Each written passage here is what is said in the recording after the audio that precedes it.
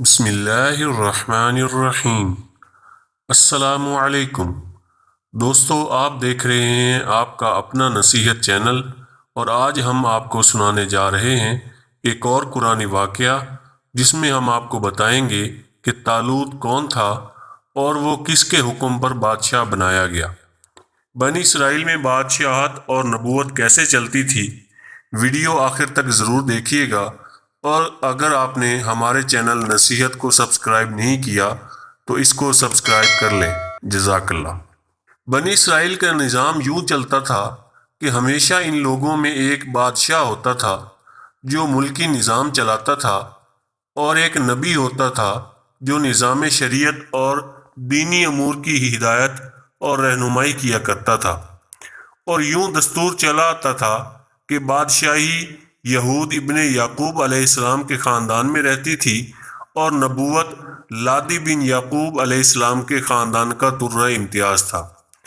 حضرت شمویل علیہ السلام جب نبوت سے سرفراز کیے گئے تو ان کے زمانے میں کوئی بادشاہ نہیں تھا، تو بنی اسرائیل نے آپ سے درخواست کی کہ آپ کسی کو ہمارا بادشاہ بنا دیجئے، تو آپ نے حکم خداوندی کے مطابق طالوت کو بادشاہ بنا دیا۔ طالوت بنی اسرائیل میں سب سے زیادہ طاقتور اور سب سے بڑے عالم تھے، لیکن بہت ہی غریب اور مفلس تھے۔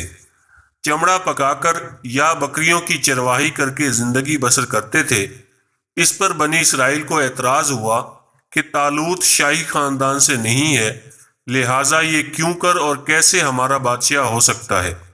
اس سے زیادہ تو بادشاہ کے ہم حقدار ہیں، کیونکہ ہم لوگ شاہی خاندان سے ہیں۔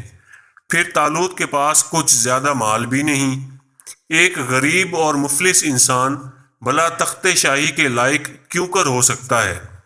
بنی اسرائیل کے ان اعتراض کا جواب دیتے ہوئے حضرت شمویل علیہ السلام نے یہ تقریر فرمائی، جس کا ذکر قرآن پاک کے پارہ 2 سورہ بقرہ کی آیت نمبر 247 اور 248 میں ہوا ہے، جس کا ترجمہ کچھ یوں ہے۔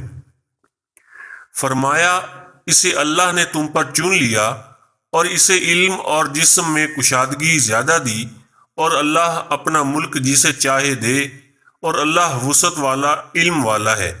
اور ان سے ان کے نبی نے فرمایا، اس کی بادشاہی کی نشانی یہ ہے کہ آئے تمہارے پاس تابوت جس میں تمہارے رب کی طرف سے دلوں کا چین ہے۔ چنانچہ تھوڑی ہی دیر کے بعد 4 فرشتے صندوق لے کر آ گئے اور صندوق کو حضرت شمویل علیہ السلام کے پاس رکھ دیا۔ یہ دیکھ کر تمام بنی اسرائیل نے طالوت کی بادشاہی کو تسلیم کر لیا، اور آپ نے بادشاہ بن کر نہ صرف انتظامی ملکی سنبھالا، بلکہ بنی اسرائیل کی فوج بھرتی کر کے قوم عمالقہ کے کفار سے جہاد بھی فرمایا۔ دوستو، اس واقعہ سے جہاں بہت سے مسائل پر روشنی پڑتی ہے، ایک بہت ہی واضح نصیحت یہ بھی ملتی ہے کہ اللہ تعالیٰ کے فضل اور اس کی نوازش کی کوئی حد نہیں۔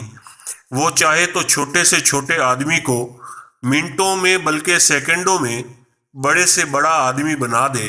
دیکھا، حضرت طالوت ایک بہت ہی کم درجے کے آدمی تھے، اور اتنے مفلس تھے کہ چمڑا پکا کر یا بکریاں چرا کر اس کی اجرت سے گزر بسر کرتے تھے، مگر لمحہ بھر میں اللہ تعالیٰ نے انہیں صاحب تخت و تاج بنا کر بادشاہ بنا دیا۔ اس واقعے سے علم ہوا کہ جسمانی توانائی اور علم کی وسعت بادشاہی کے لیے مالداری سے زیادہ ضروری ہے، کیونکہ بغیر جسمانی طاقت اور علم کے نظام ملکی کو چلانا اور سلطنت کا انتظام کرنا تقریباً محال اور ناممکن ہے۔ اس سے ظاہر ہوا کہ علم کا درجہ مال سے بہت بلند تر ہے۔ دوستو، اگر آپ کو یہ ہماری ویڈیو پسند آئی ہے تو اسے لائک اور شیئر کر دیجئے، اور ہمارے چینل نصیحت کو سبسکرائب کر لیں، جزاک اللہ۔